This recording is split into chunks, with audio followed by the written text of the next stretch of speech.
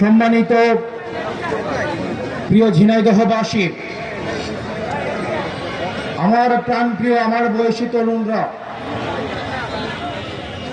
আপনারা যখন এখানে সমবেত হয়েছেন, ঠিক সেই সময় আমি কিছু শঙ্কার কথা বলবো। বাংলার আকাশে, বাংলাদেশকে নিয়ে বাংলার আকাশে এখন দুর্যোগের ঘনঘটা। বাংলাদেশকে নিয়ে বিদেশে বসে ষড়যন্ত্রের ঘনঘটা।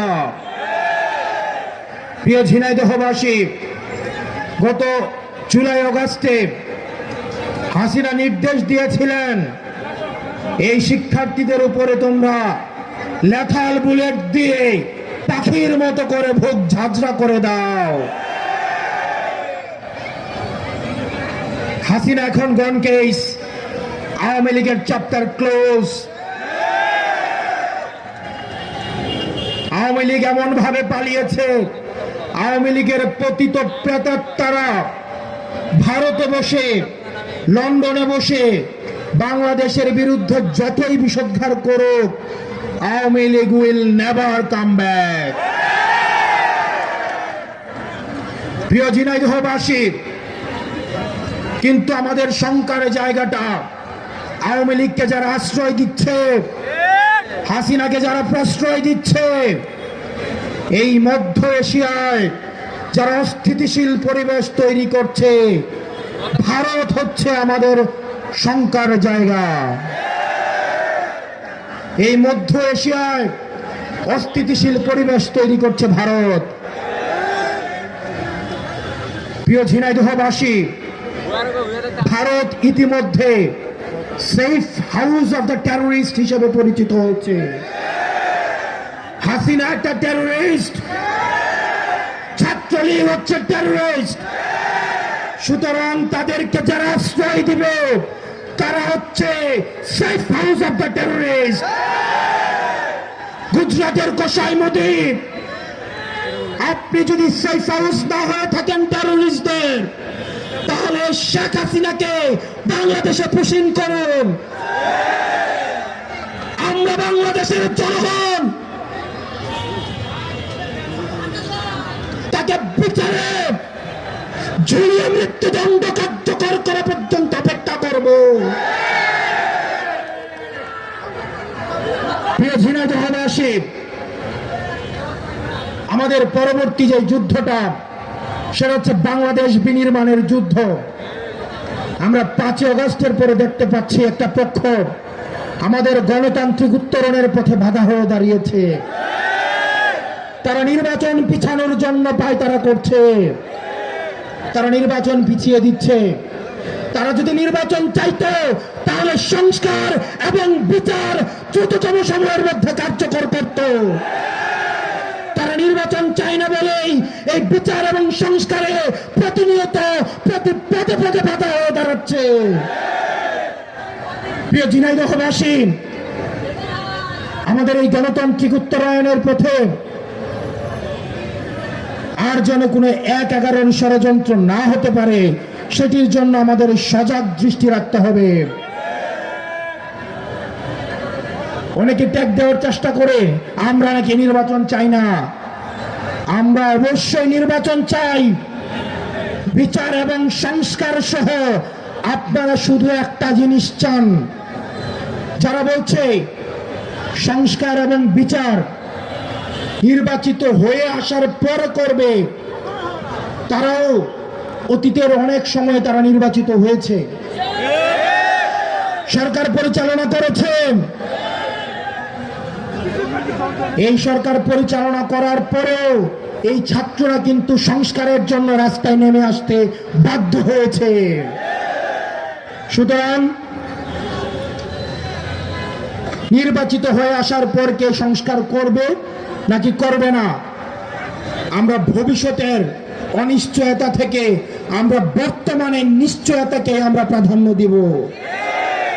সুতরাং এই অন্তর্বর্তীকালীন সরকারকে বলবো, এই তরুণ প্রজন্মের প্রত্যাশা, এই তরুণ প্রজন্ম অধীর আগ্রহে বসে রয়েছে একটি শান্তিপূর্ণ একটি অংশগ্রহণমূলক একটি নির্বাচনের জন্য, এবং সেটির পূর্বে তার আরো বছর রয়েছে সংস্কার এবং হাসিনার বিচার দেখার জন্য।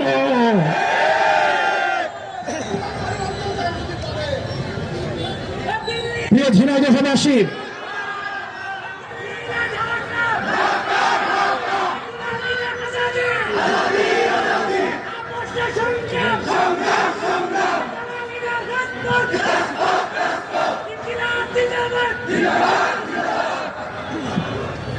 প্রিয় ঝিনাইদহবাসী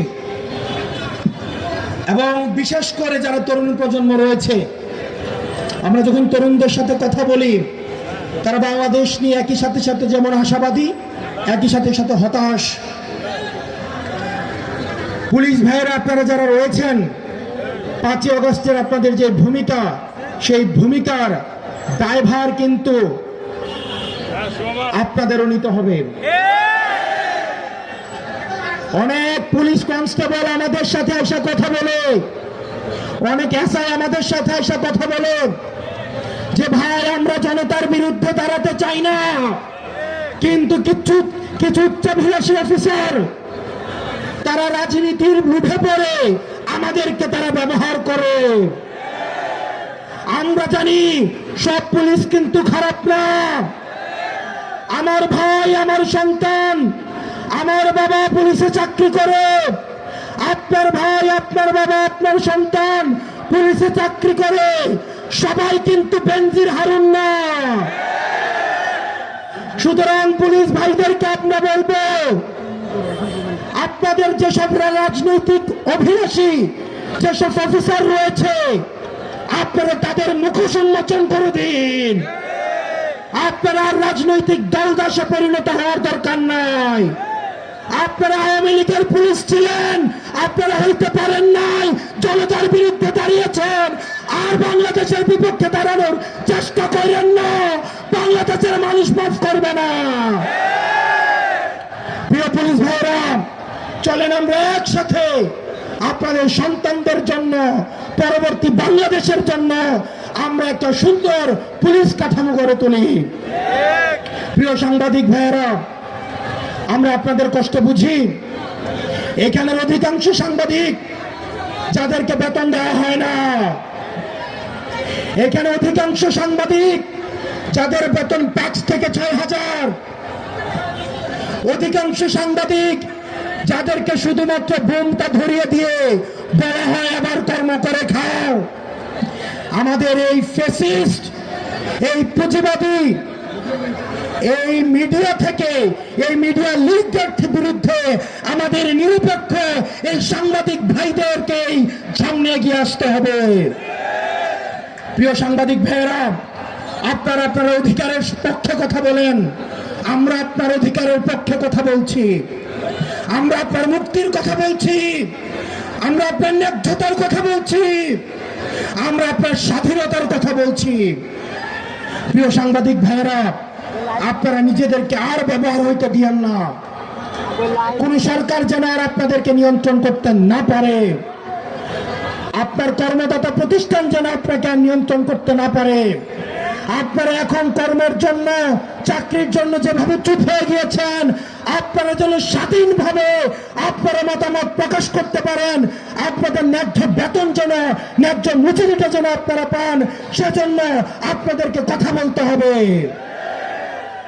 প্রিয় প্রশাসনের ভাইয়েরা, এই বাংলাদেশটা আপনাদের, এই বাংলাদেশ আপনার সন্তানদের। সব প্রশাসনের অফিসার খারাপ নয়, সব প্রশাসনের অফিসার মতিউর নয়। 12 লাখ টাকা দিয়ে ছাগল কেনার ক্ষমতা সব প্রশাসনের কর্মকর্তার নাই। আমাদের প্রশাসনে এমন মানুষ আছে, মাস গেলে যাদের পকেটের টাকা দিয়ে বাজার হয় না। প্রশাসনের ভাইদের বলবো, যেই সন্তানরা রাস্তায় এসে রক্ত দিয়েছে, আপনারা তাদের রক্তের মর্যাদাটা দেন। আমরা চলেন সবাই মিলে বাংলাদেশ পন্থী একটা প্রশাসন গঠন করি, যেটি শুধুমাত্র বাংলাদেশের পক্ষে কাজ করবে। প্রিয় ঝিনাইদহবাসী, আপনাদের সন্তান ফ্যাসিবাদী হাসিনার বিপক্ষে সব সময় লড়াই করে আসা আপনাদের সন্তান তারেক রেজা। আপনারা তারেক রেজাকে চিনেন? আমরা তারেক রেজাকে আপনাদের হাতে তুলে দিয়ে যাচ্ছি। আপনারা তারেক রেজার হাতকে শক্তিশালী করবেন।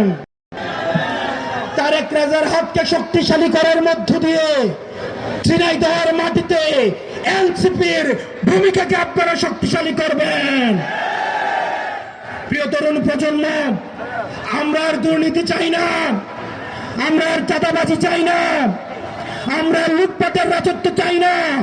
আমরা চাই আমাদের এই বাংলাদেশটা সুখী সমৃদ্ধ একটা বাংলাদেশ গড়ে উঠুক। সেজন্য আমাদের এই লড়াইয়ে আপনারা সবাই আমাদের হাতকে শক্তিশালী করবেন। ইনকিলাব ইনকিলাব, ইনকিলাব ইনকিলাব, এনসিপি এনসিপি। আসসালামু আলাইকুম ওয়া রাহমাতুল্লাহি ওয়া বারাকাতুহু।